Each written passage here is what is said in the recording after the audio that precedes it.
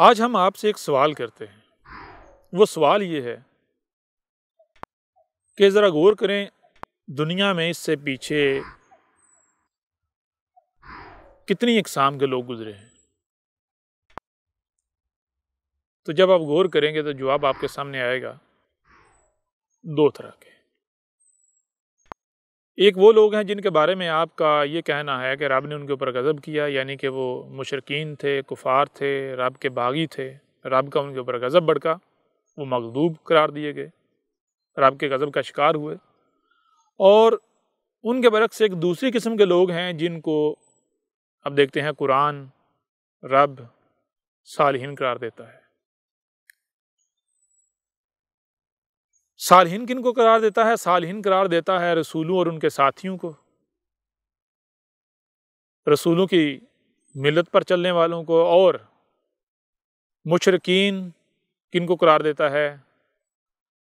جن کے اوپر آپ کا غضب ہوا۔ مغضوب کن کو قرار دیتا ہے؟ تو وہ بھی آپ جب قرآن اٹھا کر دیکھیں گے تو آپ کے اوپر واضح ہو جائے گا کہ وہ جو اندھوں کی طرح اپنے آباء و اجداد کے پیچھے چلتے رہے۔ اب یہاں سوال آپ سے یہ ہے کہ آپ کیا چاہتے ہیں؟ آپ اپنا شمار کن لوگوں میں چاہتے ہیں؟ کیا آپ اپنا شمار ان میں چاہتے ہیں جن پر رب کا غضب ہوا، جو رب کے غضب کا شکار ہوئے، جو مشرکین تھے، مفسدین تھے؟ یا پھر آپ اپنا شمار ان میں چاہتے ہیں جن کو آپ رسول کہتے ہیں، جن کو آپ صالحین کہتے ہیں، جن کو رب صالحین قرار دیتا ہے، اصلاح کرنے والے؟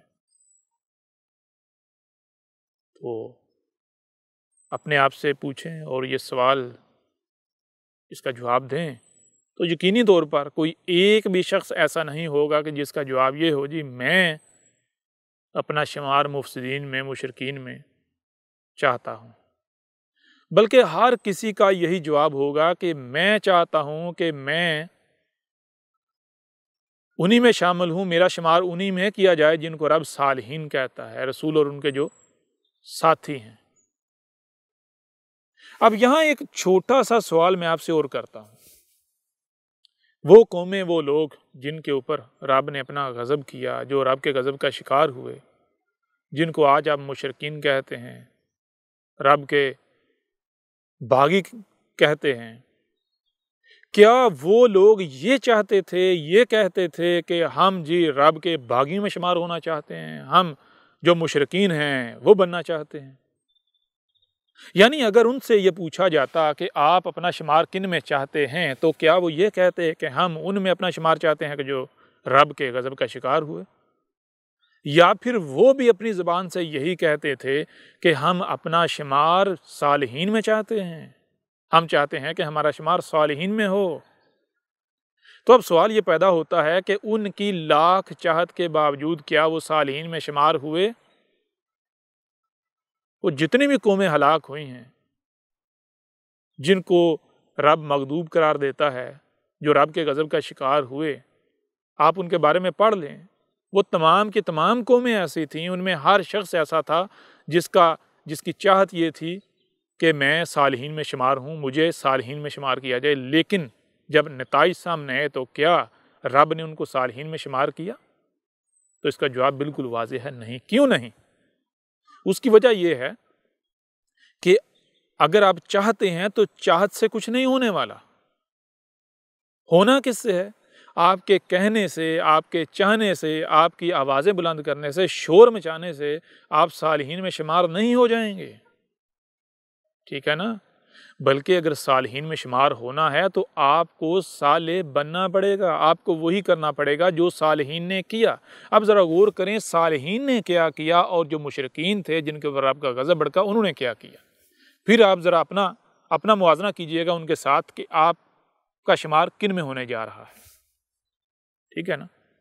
اب سب سے پہلے صالحین کے اوپر، تو صالحین میں سے ہم ایسا کرتے ہیں کہ ایسی شخصیت کو سامنے رکھتے ہیں کہ جس کے اوپر کسی کو بھی اعتراض نہیں ہے، جو سب کی متفقہ شخصیت ہے، وہ ہے ابراہیم۔ جیسا کہ آپ جانتے ہیں قرآن میں بار بار کہا گیا کہ ابراہیم میں تمہاری لیے اسوۃ حسنہ ہے، ابراہیم کی ملت پر قائم ہونا ہے، بار بار یہی کہا گیا کہ تم نے ابراہیم کی ملت پر قائم ہونا ہے، یعنی ابراہیم کے جیسا بننا ہے۔ ابراہیم نے کیا کیا؟ ابراہیم نے کیا کیا کہ وہ سالے بنا، اس کا شمار صالحین میں ہوا، نہ صرف صالحین میں شمار ہوا بلکہ اس کو دوسروں کے لیے جو صالح بننا چاہتے ہیں ان کو رول ماڈل قرار دیا۔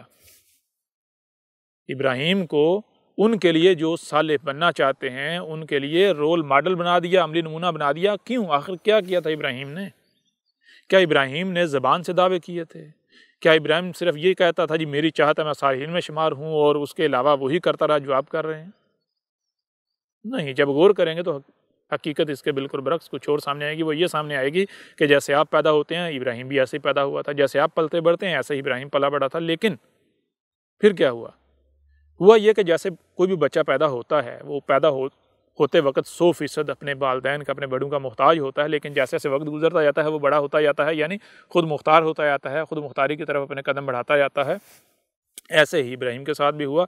لیکن ایک وقت آیا کہ جب باقی سب لوگ ہیں وہ یعنی ابراہیم کی عمر کے وہ سارے کے سارے باشعور ہو گئے ہیں، 100% رب نے ان کو صلاحیتیں دے دی ہیں، بااختیار کر دیا ہے، تو وہ باقی تمام معاملات میں خود مختاری کا دعویٰ کر رہے ہیں، لیکن ایک معاملے میں ابھی وہ خود مختاری کا دعویٰ نہیں کر رہے، رب کی دی ہوئی صلاحیتوں کا استعمال نہیں کر رہے۔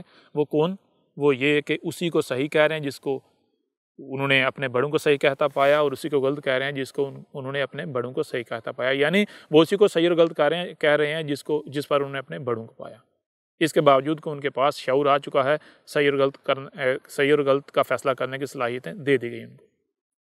یہاں پر آ کر کیا ہوتا ہے کہ باقی جو اکثریت ہے وہ ساری کی ساری ایک طرف ہو جاتی ہے، وہ یعنی وہ آنکھیں بند کر اپنے آباء و اجداد کے دین پر چلنا شروع ہو جاتی ہے۔ ابراہیم جو ہے وہ نہیں کرتا۔ ابراہیم کیا کرتا ہے؟ ابراہیم دیکھتا ہے کہ بھئی ہر کسی کا دعویٰ یہ ہے کہ میں حق پر ہوں باقی سب گمراہ ہیں، میں حق پر ہوں باقی سب گمراہ ہیں۔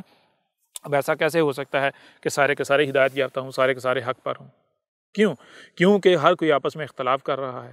تو کیا 2+2 6، 2+2 8، 2+2 15، 2+2 20 کیا یہ سارے کے سارے ٹھیک ہو سکتے ہیں؟ یا پھر اگر ٹھیک ہوگا تو وہ کوئی ایک ہی ہوگا، یا پھر کوئی ایک بھی ٹھیک نہیں، سارے کے سارے غلط ہیں۔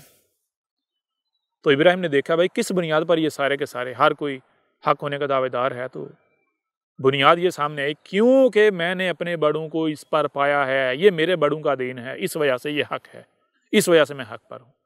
تو ابراہیم نے کہا اگر یہ دلیل ہے تو اس دلیل پر تو پھر سارے حق پر ہیں۔ ایسا کیسے ہو سکتا ہے سارے حق پر ہوں؟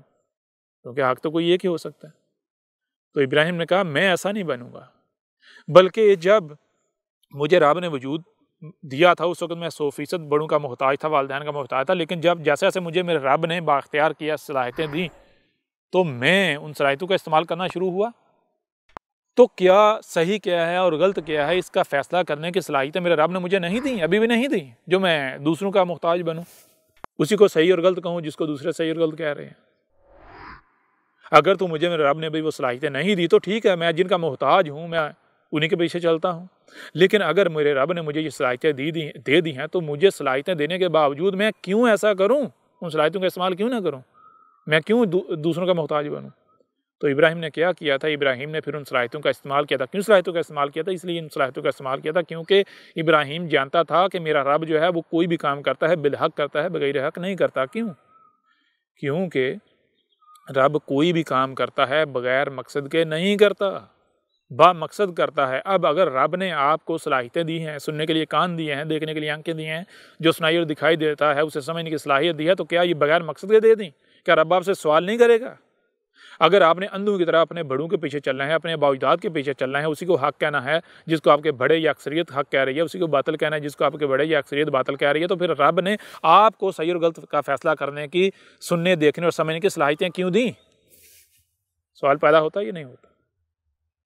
اگر آپ ان صلاحیتوں کا استعمال نہیں کرتے اور اسی کو حق کہتے ہیں، اسی کو باطل کہتے ہیں جس پر آپ نے اپنے بڑوں کو پایا، جس پر اکثریت چل رہی ہے، تو آپ اپنے عمل سے یہ اعلان کرتے ہیں کہ رب جو ہے وہ کچھ بھی بالحق نہیں کرتا، بغیر حق کرتا ہے، یعنی رب جو ہے وہ سبحان نہیں ہے، آپ اپنے عمل سے یہ اعلان کرتے ہیں۔ تو ابراہیم نے کہا کہ میں اپنے عمل سے اپنے رب کے سبحان ہونے کا کفر نہیں کروں گا، میں اپنے عمل سے اپنے رب کو جو ہے وہ ایوب والا نہیں کہوں گا، اور نہیں کہوں گا، ظالم نہیں کہوں گا، ٹھیک ہے نا، بغیر حق نہیں کہوں گا اپنے رب کو۔ میرے رب نے مجھے صلاحیتیں دی تو میرا رب ان کے بارے میں سوال کرے گا، جس مقصد کی میرے رب نے یہ صلاحیتیں دی، میں ان صلاحیتوں کا اسی مقصد کے استعمال کروں گا۔ لہٰذا ابراہیم نے ان صلاحیتوں کا استعمال کیا تو نتیجہ کیا نکلا؟ پتہ چلا بھائی سارے کے سارے ہی گمراہ ہیں، کسی ایک کو بھی نہیں پتہ کہ حق کیا ہے۔ تو پھر جب ابراہیم کے اوپر حق واضح ہوا، کیسے واضح ہوا؟ کیا دنیا کی کسی کتاب میں لکھا ہوا ابراہیم کو حق ملا؟ کیا جو اس وقت بڑے موجود تھے، جو ملاٹے موجود تھے، جو انسانیت کی رہنمائی کے دعوے دار موجود تھے، ان میں سے کسی سے ابراہیم کو حق ملا؟ غور کریں ذرا، اگر ملا تو بتائیں جی، بتائیں ذرا ابراہیم نے کیسے حق پایا تھا؟ قرآن اٹھا کے دیکھ لیں، آپ کو پتہ چلا کہ غور و فکر کر کے ابراہیم نے غور و فکر کیا، لہٰذا ابراہیم کو حق مل گیا۔ ظاہر سی بات ہے، آپ کے رب نے آپ کو یہ صلاحیتیں کیوں دی ہیں؟ اسی لیے دی ہیں آپ ان کا استعمال کریں۔ جب آپ ان کا استعمال کریں گے تو آپ حق کو نہ پہچانے نہ پائیں، آپ کو حق نہ ملے، یہ کیسے ہو سکتا ہے؟ کیوں؟ کیونکہ آپ کے رب نے آپ کو یہ صلاحیتیں دی ہی اسی لیے ہیں کہ ان کے ذریعے سے آپ ہدایت پاؤ۔ یہ ہدایت کے ٹولز ہیں، ذرائع ہیں، آپ کے رب نے دیے۔ اگر آپ ان کا استعمال نہیں کریں گے تو پھر ہدایت پائیں گے؟ سوال ہی پتہ نہیں ہوتا۔ تو یہ ہے، پھر جب ابراہیم کو ہدایت ملی، کیسے ملی یہ آپ کے اوپر واضح ہو گیا۔ تو اس کے بعد ابراہیم نے کیا کیا؟ ابراہیم پھر حق کے اوپر قائم ہوا۔ کیسے قائم ہوا؟ اس نے پھر معاشرے کی پرواہ نہیں کی، اکثریت کی پرواہ نہیں کی، اپنے بڑوں کی پرواہ نہیں کی، اپنے آباء و اجداد کے دین کو اپنے جوتے کی نوک پر رکھا، رد عمل کیا آئے گا اس کی پرواہ نہیں کی۔ پھر جب ابراہیم نے حق کی اطاعت و اتباع کی، جو حق واضح ہوا تھا، تو پورے کا پورا معاشرہ جو ہے ابراہیم کے خلاف آگ بگولا ہو گیا، ابراہیم کو قتل کرنے کی منصوبہ بندیاں کرنا شروع ہو گیا۔ کیا ابراہیم نے اس معاشرے کی پرواہ کی؟ ابراہیم خوف کا شکار ہوا؟ نہیں ہوا۔ ہاں، کچھ سختیوں کا ابراہیم کو سامنا کرنا پڑا۔ ذرا غور کریں، جب ابراہیم بت توڑنے گیا تو کیا ابراہیم کو یہ نہیں پتا کہ جن بتوں کا میں توڑنے جا رہا ہوں ان کے بارے میں لوگوں کا، پورے معاشرے کا نظریہ و عقیدہ ہے، عقائد و نظریات کہ یہ ہمارے خدا ہیں؟ اب اگر آپ کسی کے خدا کو توڑیں گے تو کیا وہ خاموش بیٹھیں گے؟ تھوڑا سا تو غور کریں۔ تو کیا ابراہیم نے ڈرا تھا؟ ان لوگوں کی پرواہ کی تھی؟ کسی قسم کے خوف کا شکار ہوا تھا؟ کیا ابراہیم نے یہ سوچا تھا؟ کیا ابراہیم کے سامنے یہ بات نہیں آئی ہوگی کہ میں ان بتوں کو توڑوں گا جن کو لوگ خدا کہتے ہیں تو لوگ میرے ساتھ کیا کریں گے؟ مجھے زندہ درگور کر دیں گے، جلا دیں گے، میری ہڈی پسلی ایک کر دیں گے، میری بوٹیاں کر دیں گے۔ کیا ابراہیم کو یہ خوف نہیں آئے ہوں گے؟ تو کیا ابراہیم ان میں سے کسی خوف کا شکار ہوا تھا، یا پھر اس نے حق کی اطاعت و اتباع کی، دنیا کی کسی طاقت کی پرواہ نہیں کی؟ تو پھر کیا رب نے یعنی ابراہیم نے حق کی اطاعت و اتباع کی، رب کے دیے ہوئے ٹولز کا استعمال کرتے ہوئے حق کو پایا اور پھر اس حق کے اوپر ڈٹا، تو کیا دنیا کی کوئی طاقت ابراہیم کو کچھ بگاڑ سکی؟ کیا پھر رب نے ابراہیم کی حفاظت کی یا نہیں کی؟ تو آپ کے سامنے ہے، یہ کرنے سے ابراہیم جو ہے وہ صالحین میں شمار ہوا۔ نہ صرف صالحین میں شمار ہے بلکہ صالحین کا امام قرار دیا گیا، ابراہیم کو امام بنا دیا گیا۔ یعنی جب ابراہیم نے یہ مقام حاصل کر لیا، جب ابراہیم نے یہ کیا، تو پھر رب کہہ رہا ہے تم سب کو بھی ایسا بننا ہے، لو تمہارے لیے اور آسان کر دیا، ایک عملی نمونہ تمہارے سامنے رکھ دیا۔ تو آج اپنے ارد گرد جھانکیں، غور کریں، کیا کوئی ایسی شخصیت ہے؟ اگر تو ایسی کوئی شخصیت نہیں ہے جو ابراہیم کی مثل ہو، آج کے دور کا ابراہیم موجود نہیں ہے، تو پھر آپ کے اوپر یہ ذمہ داری عائد ہوتی ہے کہ آپ وہ ابراہیم بنیں جو سب سے پہلے وہ شخصیت بنے گا تو رب کے قانون میں وہ امام کہلائے گا، پھر باقیوں کو اس کے پیچھے چلنا ہے، وہی بننا ہے۔ اگر تو ایسی شخصیت نہیں ہے، پھر آپ سب کے پاس یہ موقع ہے، سامنے آئیں، کریں، ابراہیم بنیں۔ اور اگر آج ایسی شخصیت موجود ہے جس کے اندر آپ کو عین ابراہیم ملے گا، اس کے اعمال سے دنیا کی کسی طاقت کی پرواہ نہیں کی، وہی کیا جو ابراہیم نے کیا تھا، تو پھر اس شخصیت کو قرآن کے مطابق، آپ کے قانون کے مطابق آپ کے لیے امام بنا دیا گیا۔ اب آپ کے اوپر لازم ہے، آپ کے اوپر فرض ہے، آپ اس کے پیچھے چلیں، آپ اس کی اطاعت و اتباع کریں، تب ہی آپ فلاح پائیں گے، ورنہ آپ کا انجام کیا ہوگا؟ آپ کا انجام وہی ہوگا پھر اس وقت جو ابراہیم کے جو دشمن تھے، مخالفین تھے، ان کا ہوا تھا، جو رب کے غضب کا شکار ہوئے تھے۔ وہ کون تھے؟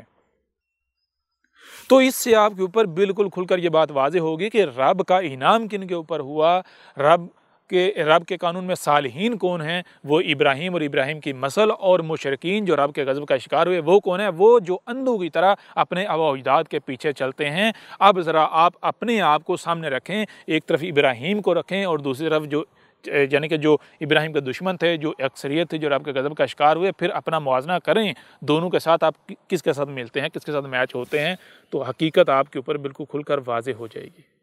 کسی دوسرے کو بتانے کی ضرورت نہیں ہے۔ ذرا غور کریں آپ کا شمار کن میں ہوتا ہے۔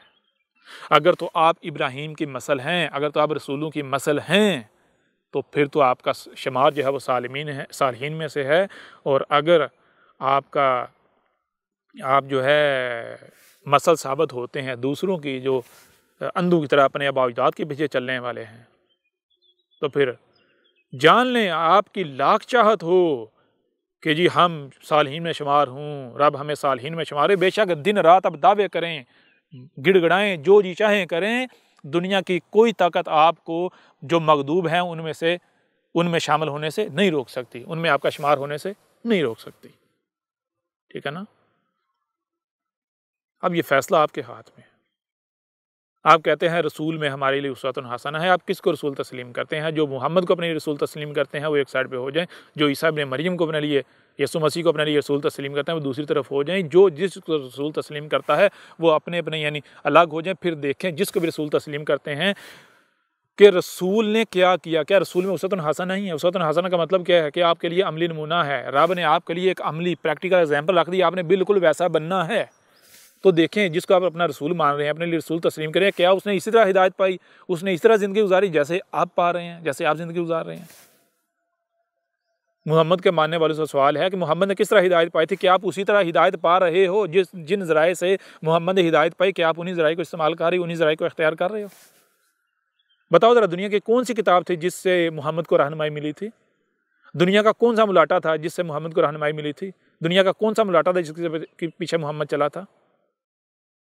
بتاؤ ذرا۔ ہاں، آپ کو محمد کی ایک عرصہ تک، ایک وقت تک وہ زندگی ملے گی جس زندگی میں محمد نے مختلف لوگوں، مختلف فرقوں، مختلف گروہوں کی طرف اپنا رخ کیا ہدایت کے لیے، ہدایت کی طلب کے لیے، لیکن بالآخر محمد کو اپنا رخ رب کی طرف سے کرنا پڑا، قدرت نیچر کی طرف کرنا پڑا۔ دنیا کی تمام کتابوں سے، تمام ملاٹوں سے، تمام مذاہب سے اپنا رخ پھیر کر اپنا قبلہ جو ہے وہ رب کو بنانا پڑا، کائنات کو بنانا پڑا، پھر محمد کو ہدایت ملی۔ یہ رب نے محمد کو آپ کے لیے عملی نمونہ بنایا تھا۔ تو آپ دیکھیں آپ کیا کر رہے ہیں، کیا وہی کر رہے ہیں جو محمد نے کیا تھا؟ آپ اسی طرح ہدایت پا رہے ہیں جیسے محمد نے پائی تھی، یا پھر اندھوں کی طرح اپنے آباء و اجداد کے پیچھے چل رہے ہیں؟ آپ وہی کر رہے ہیں جو اس وقت محمد کے دشمن کر رہے تھے، آپ وہی کر رہے ہیں جو اس وقت عیسیٰ ابن مریم کے دشمن کر رہے تھے، آپ وہی کر رہے ہیں جو اس وقت موسیٰ کے دشمن کر رہے تھے، آپ وہی کر رہے ہیں جو اس وقت رام اور کرشن کے دشمن کر رہے تھے، آپ وہی کر رہے ہیں جو اس وقت ابراہیم کے دشمن کر رہے تھے۔ حقیقت بالکل واضح ہے۔ آج اگر آپ حق کو تسلیم نہیں کرتے تو نقصان کسی دوسرے کا نہیں ہے، عقل کے اندھو گدھے کے بچے، نقصان آپ کا اپنا ہے، ٹھیک ہے نا؟ کسی کا کیا نقصان ہے؟ باقی میرے اوپر ہے حق کو کھول کھول کر پہنچانا، جو کہ میں بڑے آسان طریقے سے کھول کھول کر پہنچا رہا ہوں۔ اب اگر کوئی یہ کہے جی ہمیں سمجھ نہیں آ رہی، تو ٹھیک ہے بھائی، لگے رہو، کسی نے منع تھوڑی کیا، لگے رہو، موج کرو، استغفار کہو، کفر کرو، مذاق اڑاؤ، طنز کرو، گالیاں دو، بکواسات کرو، اس سے بگڑے کیا گیا، اس سے فرق کیا پڑے گا؟ پھر اس کے علاوہ بہت ساری ای میلز آتی ہیں، بہت سارے بھائیوں کی طرف سے، بہنوں کی طرف سے ای میلز آتی ہیں کہ احمد عیسیٰ بھائی، احمد عیسیٰ، ہم جو ہے وہ مختلف جو اپنے آپ کو علماء کہہ رہے ہیں، بڑے بڑے علماء، ان کو ہم کالیں کرتے ہیں، تو انہیں ہم کہتے ہیں جی آپ انسانیت کی رہنمائی کے دعوے دار ہیں، اس وقت آپ کے اوپر یہ فرض ہے کہ ایک شخص جو رسول ہونے کا دعوے دار ہے، جو کہتا ہے میں وہی عیسیٰ ہوں جس کا آپ انتظار کر رہے ہو، تو یہ آپ کی ذمہ داری بنتی ہے کہ آپ تحقیق کریں، اسٹڈی کریں، اور آپ ہمارے اوپر واضح کریں کہ آیا وہ حق ہے یا باطل ہے۔ یعنی وہ کہتے ہیں کہ ہم ان علماء کو کہتے ہیں دیکھیں جی، آپ بھی اور سب کے سب مسلمان یا ہر کوئی جو ہے وہ رب کی طرف سے مسیحا کے انتظار میں ہے، تو ایک شخص ہے وہ آ کر یہ اعلان کرتا ہے، دعویٰ کرتا ہے کہ میں وہی مسیحا ہوں، اور وہ صرف زبان سے آ کر نہیں کہتا بلکہ اس کا عمل ہے، وہ ہر وہ کام کر رہا ہے جو مسیحا نے کرنا تھا، اس کی دعوت، اس کا لٹریچر، اس کی باتیں یہ واضح کر رہی ہیں۔ اب اگر تو وہ واقعتاً وہی مسیحا ہے تو آپ امت کی رہنمائی کے دعوے دینا، آپ کے اوپر یہ فرض ہے کہ آپ اس کی تصدیق کریں۔ اگر وہ مسیحا نہیں ہے، وہ جو ہے وہ کذاب ہے، وہ مشرک ہے، وہ رب کا دشمن ہے، تو پھر آپ چونکہ علماء ہیں تو آپ اپنے عالم ہونے کا حق ادا کریں، آپ علم سے، دلائل کے ساتھ آپ اس کا رد کریں، آپ اس کو باطل ثابت کریں، تاکہ ہمارے اوپر حقیقت واضح ہو۔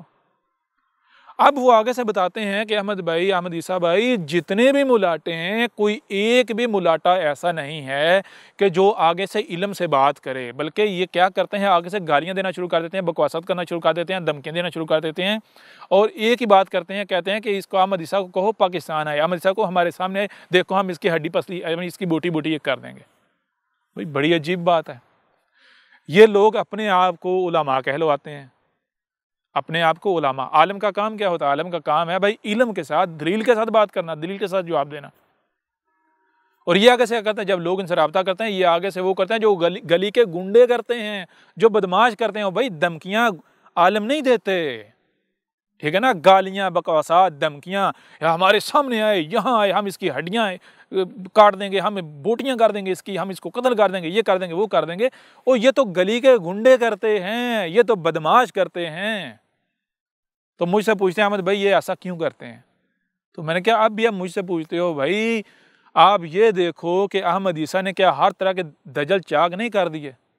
یہ جن کو آپ صدیوں سے بڑے بڑے علماء سمجھ رہے تھے، تو آج دیکھو کہ احمد عیسیٰ نے ملاٹوں کے دجل چاک نہیں کر دیے۔ یہ علماء تھے یا بدماش؟ گلی کے گنڈے تھے، اور یہ تو گنڈے تھے، انہوں نے علماء کے لبادے اوڑے ہوئے تھے۔ آج احمد عیسیٰ آیا تو احمد عیسیٰ کا نام ان کے سامنے لینے کی دیر ہے، ان کا وہ لبادہ چاک ہو جاتا ہے، کیونکہ عالم کا کام دھمکیاں دینا نہیں ہوتا، عالم کا کام بکواسات کرنا نہیں ہوتا، عالم کا کام گالیاں دینا نہیں ہوتا، دھمکیاں دینا نہیں ہوتا۔ ادھر آئے، اس کو سامنے لاؤ، ہم یہ کر دیں گے، ہم وہ کر دیں گے، ہم قتل کر دیں گے، سامنے آئے، چھپا ہوا کیوں ہے؟ عالم یہ نہیں کرتا۔ عالم کہتے ہیں جو علم کے ساتھ بات کرتا ہے، علم سے رد کرتا ہے، وہ کہتا ہے بھائی منوانا ہمارا کام نہیں ہے، ہمارا کام ہے کہ ہم علم کے ساتھ حق کو واضح کر دیں، پھر اگر کوئی مانتا ہے ٹھیک ہے، نہیں مانتا تو اس کی اپنی مرضی، منوانا رب کا کام ہے۔ جب منوانے کی ٹھیکیداری رسولوں نے نہیں لی تو یہ ملاٹے کون ہوتے ہیں؟ وہ کون سا رسول ہے جس نے کہا جی مانو ہی مانو، میں منوانے کے لیے آیا ہوں؟ قرآن اٹھا کر دیکھ لیں، قرآن کہہ رہا ہے کہ کوئی ایک بھی رسول ایسا نہیں جس کے آ کر یہ کہا ہوگی میں منوانے کے لیے آیا نہیں۔ ہر رسول نے یہ کہا میرا کام ہے کھول کھول کر پہنچا دینا، حق پہنچا دینا، پھر کوئی مانتا ہے مانے، نہیں مانتا نہ مانے، کوئی مانتا ہے اس کا اپنا فائدہ، نہیں مانتا اس کا اپنا نقصان۔ ہاں منوانا کام ہے رب کا، رب منوا لے گا۔ تو یہ ملاٹے کیا کرتے ہیں بتائیں ذرا؟ حقیقت آپ کے اوپر جو ہے وہ کھل کر واضح ہوگی کہ یہ ملاٹے، یہ علماء تھے ہی نہیں، یہ تو بدماش تھے، گلی کے گنڈے تھے، گلی کے گنڈے، انہوں نے علماء کے لبادے اڑے ہوئے تھے۔ آج احمد عیسیٰ کا نام لینے کی دیر ہے، ان کے لبادے اتر جاتے ہیں اور اندر سے گنڈے برآمد ہو جاتے ہیں، نمودار ہو جاتے ہیں۔ ٹھیک ہے جی، یہ ہو گیا۔ پھر اس کے علاوہ ایک اور سوال جو ہے بہت زیادہ آتا ہے، احمد عیسیٰ بھائی کچھ ملاٹے جو ہیں، ایک تو پہلی تو بات یہ ہے کہ کوئی ایک بھی ملاٹا نہیں ہے جس کے پاس آپ کی کسی ایک بھی بات کا جواب ہو، پہلی بات۔ دوسری بات یہ ہے کہ جب ان لوگوں کو کہا جاتا ہے، ان کو مجبور کیا جاتا ہے کہ احمد عیسیٰ کا جواب دو، تو یہ آگے سے ایک بہانہ بناتے ہیں۔ وہ بہانہ یہ ہے کہ جی ہم اس کا اگر جواب دیں گے تو یہ مشہور ہو جائے گا، یہی تو یہ چاہتا ہے۔ بھائی میں آپ سے سوال کرتا ہوں تھوڑا سا غور کریں آپ، یہ ہم اگر اس کا جواب دیں گے تو یہ مشہور ہو جائے گا، کیا کوئی عالم ایسا کہہ سکتا ہے؟ عالم کا کام یہ ہے آگے سے کہنا کہ جی ہم اس فلاں کا جواب دیں گے تو مشہور ہو جائے گا؟ عالم کا تو کام ہی یہ ہے کہ اگر کوئی بھی شخص کیسا ہی کیوں نہ ہو، اگر وہ کوئی بات کرتا ہے اور وہ بات غلط ہے تو عالم کا کام ہے دلائل کے ساتھ اس کو غلط ثابت کرنا۔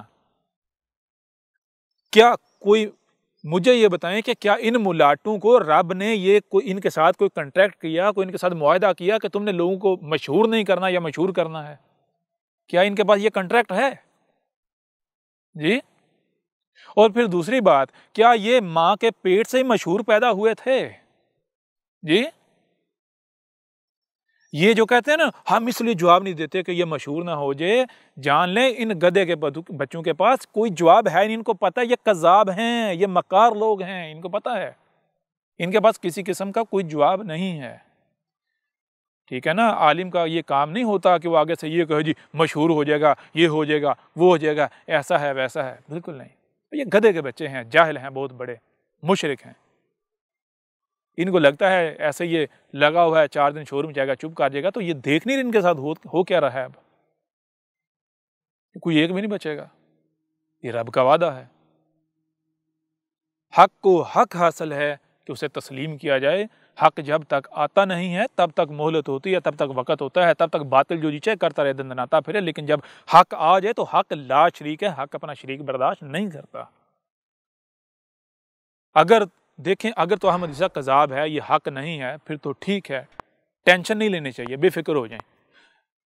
غور کریں، اگر یہ حق ہے، احمد عیسیٰ حق ہے، تو پھر جان لیں آپ کی دکانداریاں مزید نہیں چلیں گی، آپ رب کے غضب کا شکار ہوگے، رب آپ کو ہلاک کرے گا۔ کیوں؟ اگر یہ حق ہے تو پھر حق کو حق حاصل ہے، حق کو تسلیم کیا جائے۔ کیوں؟